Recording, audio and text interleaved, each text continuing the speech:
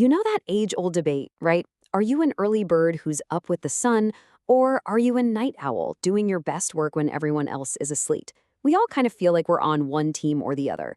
But who actually has the upper hand when it comes to success? Let's find out what the science really has to say about it.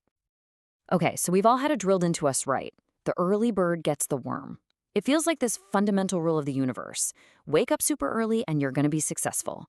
But is that really the whole story? Is it the only way? All right, so let's break this down. In one corner, you've got the night owls. You know, the ones who get their best ideas when the rest of the world is fast asleep. And in the other corner, we've got the early risers. Up and at 'em, ready to conquer the day before most of us have even hit snooze. So let's start with the night owls. Now, you might think they're at a disadvantage, but believe it or not, there's some pretty compelling science that says staying up late might actually give you, well, some serious grainy benefits. And get this, a really big study out of Imperial College London found something fascinating. Night owls consistently scored higher on tests for things like logic, reasoning, and creativity. It's like their brains are just wired differently, hitting their peak for complex problem solving while the rest of us are dreaming. Okay, so before all the night owls start celebrating, hold on. It's not that simple. Because it turns out the early birds have a huge advantage in their corner too. And this one is backed by some really serious research. And this is a really big deal. Research from Harvard, no less, shows that early risers generally report being happier, having better overall well-being and a lower risk of depression. And a huge part of why is simple. Their internal clocks are just naturally in sync with the typical 9 to 5 world we live in. So we've got a classic standoff here, right? Night owls seem to have an edge in creativity and reasoning, while early birds have the advantage when it comes to well-being. So if it's not just about what time you set your alarm, then what is the real secret to being productive and successful? So, what's the real answer here? What's the secret ingredient? Is there even one right way to do things? Well, it turns out the answer isn't about picking a team. It's actually all about this biological thing called your chronotype. Think of it as your body's own internal pre-programmed clock. It's literally in your genes, and it decides when you naturally feel tired and when you feel wide awake and ready to go.